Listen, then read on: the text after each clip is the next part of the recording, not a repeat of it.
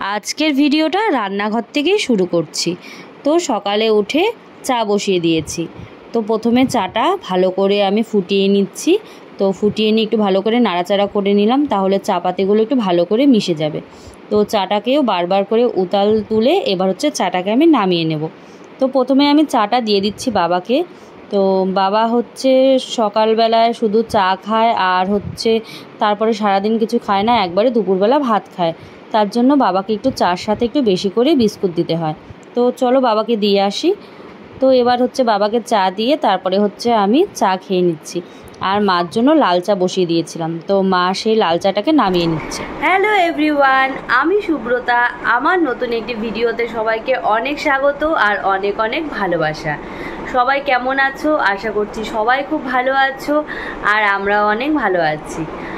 তো সকালে চা খেয়ে ঘরে চলে এসেছি। ঘরে এসে বিছানা তুললাম, ঘরটা গুছিয়ে এখন একটু বসে আছি। তো বসে থেকে এরপর যাব হচ্ছে রান্না করতে। তো এখন একটু কিছুক্ষণ বসে থাকবো, কারণ হচ্ছে দিদি রান্নাঘরটা মুছছে। তো দিদি রান্নাঘরটা মোছা হয়ে গেলে তারপর আমি গিয়ে রান্না করব। তো আজকে সারাদিন কী কী করব না করব সবই তোমাদের সাথে শেয়ার করব। তোমরা কিন্তু শেষ পর্যন্ত ভিডিওটা দেখতে থেকো। বাবা চা খেয়ে তারপরে চলে গিয়েছিল বাজারে। তো বাজার থেকে সবজি কিনে এনেছে। তো আজকে তো বৃহস্পতিবার, আজকে হচ্ছে নিরামিষ খাবো, তার জন্য আজকে আর মাছ মাংস কিছু আনাইনি। তো বেশ কিছু সবজি এনেছি। তো প্রথমে আমি হচ্ছে মূলোটা কেটে নিচ্ছি।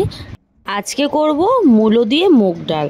তো প্রথমে তার জন্য মূলোটাকে কেটে নিচ্ছি। এরপর হচ্ছে মুগ ডালটাকে ভালো করে ভেজে নিয়ে ভাবছি যে একবারে মূলো সদ্য প্রেসারে সিটি দিয়ে নেব, তাহলে তাড়াতাড়ি হয়ে যাবে, নয়তো ডাল ফুটোতে গেলে অনেক সময় লাগে। এরপর হচ্ছে এক এক করে লঙ্কাগুলোকে আমি ছাড়িয়ে নেব।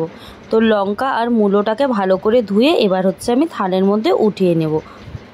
আজকে এমনিতেও নিরামিষ, তার জন্য ভাবছি যে আজকে একদম সিম্পল কোনো কিছু রান্নাবাড়ি করব। কারণ নিরামিষের দিন না আমি ভেবেই পাই না যে কি রান্নবো আর কি খাবো। এখনও আমি সেরকম করে ভেবে উঠতে পারিনি যে কি রান্না করব। তো প্রথমে তো এসে ডালটা বসিয়ে দিলাম আর ভাতটা বসিয়ে দিলাম। তো ডালটাকে আমি প্রথমে ভালো করে ভেজে নিয়েছি, এরপর জলে ধুয়ে আমি হচ্ছে প্রেসারে দিয়ে দিলাম। এরপর এক এক করে লঙ্কা, মূলো, তারপরে হচ্ছে আদা কুচি আর দিয়ে দিব হচ্ছে হলুদ, লবণ। কড়াইয়ে ডাল বসালে সেদ্ধ হতে অনেক সময় লাগে, তার জন্য আমি এখন প্রায় প্রেসার কুকার ব্যবহার করি। আগে না বিয়ের পর প্রেসার কুকার একদমই ব্যবহার করতাম না, কেন যেন ভয় লাগতো। তো যাই হোক 1-1.5 বছরও আমি ব্যবহার করিনি। তখন যদি কোনো সময় ছোলার ডাল, মটর ডাল বা ঘুগনি করব, তার জন্য ছোলা সেদ্ধ করতে হতো। তো সেটা হচ্ছে বাবা সেদ্ধ করে দিত, বাবাই সব কিছু দিয়ে প্রেসারে বসিয়ে দিত, তারপরে বাবাই নামাতো, বাবাই একদম খুলে টুলে আমাকে রেডি করে দিত, তারপরে আমি করতাম। খুব ভয় পেতাম। তো যাই হোক এখন হচ্ছে সবই শিখে গেছি। বিয়ের আগে তো কখনো রান্নাঘরে যেতামই না, আসলে প্রয়োজনই পড়তো না, কারণ মা পিসি আমাকে যেতেই দিত না। তো যাই হোক বিয়ের পরে শাশুড়ি ছিল না, একা সংসারে এসে পড়েছি। সব কিছু বুঝে উঠতে আমার অনেক সময় লেগে গেছে। কিন্তু আমার শ্বশুরমশাই খুবই ভালো মানুষ, তো উনিও সংসারের আমাকে অনেক কিছু হেল্প করেছে, যে কোনটা করব না করব, কিভাবে কি করব না করব। অন্য বাড়ির থেকে অন্য বাড়িতে এসে পড়েছি, তো কি বলবো আর, মানে ম্যানেজ করে উঠতে অনেক সময় লেগে গেছে আমার। তো যাই হোক সেই সমস্ত কিছু গল্প আমি আরেকদিন করব। কিন্তু এটা বলবো যে আমার শাশুড়ির একদম সাজানো গোছানো সংসার রেখে চলে গিয়েছিল। তো যাই হোক সেই সাজানো গোছানো সংসার এসে আমি পড়েছি, কোনো কিছুর কমতি ছিল না, মানে একদম সব কিছু টিপটাপ পরিপূর্ণ রেখে উনি চলে গেছে। তার জন্য ওই সমস্ত দিক থেকে কোনো অসুবিধা হয়নি, কিন্তু আমি তো একদমই কাজ করতে পারতাম না। তো সেই সব কাজ শিখতে শিখতে অনেক সময় লেগে গেছে। তো যাই হোক এদিকে আমার সবজি কাটা হয়ে গেছে। তো আমি হচ্ছে বাঁধাকপি, করলা, তারপরে আলু ভাজার আলু আর বাঁধাকপির আলু সবই কেটে নিয়েছি। তো এবার হচ্ছে আমি আদাটাকে পেস্ট করে নিচ্ছি। তো আদাটা হচ্ছে আমি বাঁধাকপিতে দেব। আর এদিকে হচ্ছে 2টো কড়াই বসিয়ে দিয়েছি, একটাতে আলু ভাজা করে নেব আর একটাতে ডাল সম্বাদ দিয়ে নেব। তো আজকে যেহেতু নিরামিষ, তো তার জন্য 5 ফোড়ন, শুকনো লঙ্কা, তারপরে হচ্ছে তেজপাতা আর যা যা লাগে আর কি মুগ ডাল করতে সব কিছু দিয়ে দিয়েছি। তো প্রথমে তো বুঝতে পারিনি ডালের বাটিটা এত গরম, হাতে এমনি ধরে ঢেলে দিয়েছি। তো তারপরে যাই হোক একটা হচ্ছে কাপড় দিয়ে ধরে আবার ঢেলে দিলাম। তো এদিকে ডালটা ফুটছে আর ওদিকে আমি সাদা তেল দিয়ে দিচ্ছি কড়াইয়ে। তো আমি ভাজি করার জন্য সাদা তেলটাই ব্যবহার করি, আর এমনি সব রান্না করার জন্য সরিষার তেল ব্যবহার করি। তো যাই হোক, আলু ভাজাটা দিয়ে দিচ্ছি, আর এদিকে ডালটা হচ্ছে। তো আলু ভাজাটা একটু নাড়াচাড়া করে ডালটা এবার নামিয়ে নেব। ডালটা নামিয়ে এবার হচ্ছে বাঁধাকপিটাকে বসিয়ে দেব। তো কড়াইয়ে তেল দিয়ে দিয়েছি, তেজপাতা, শুকনো লঙ্কা, জিরা ফোড়ন দিয়ে দিলাম। তো তোমাদেরকে বলে দিই আজকে কি রান্না করব। তো ভেবে নিয়েছি, অনেকক্ষণ ধরে ভেবেছি কি করব। যাই হোক, নিরামিষের দিনে না আমি একদম ভেবে পাই না আমি কি রান্না করব। তো তারপরে ভাবলাম যে আজকে করব ডাল করেছি, আর হচ্ছে বাঁধাকপিটাও বসিয়ে দিচ্ছি, আলু ভাজাও ওদিকে বসিয়ে দিয়েছি, আর করব করলা ভাজা। তো তারপরে ভাবলাম যে দুপুরে খাওয়ার আগে করে নেব হচ্ছে কুমড়োর পকোড়া। আগের থেকেই কুমড়োটাকে কেটে আর যা যা লাগে আর কি সব কিছু রেডি করে রেখে দেব। তো দুপুরে খেতে বসার আগে গরম গরম ভেজে খেয়ে নেব। তো যাই হোক, এই সব পকোড়া বা কোনো কিছুর বড়া টড়া করলে তো ঠান্ডা হলে না খেতে ভালো লাগে না। তো খাওয়ার আগেই মনে হয় যে একটু গরম গরম করে খেয়ে নেব, তাহলে খুব ভালো লাগবে ডালের সাথে। তো যাই হোক, এখন হচ্ছে বাঁধাকপিটাকে বসিয়ে দিলাম।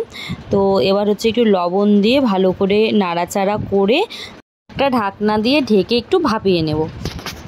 বাঁধাকপির ঘন্ট না খেতে বেশ ভালোই লাগে ডালের সাথে, কিন্তু বিশেষ করে আমার মুসুর ডালের সাথে বাঁধাকপির ঘন্ট খেতে বেশি ভালো লাগে।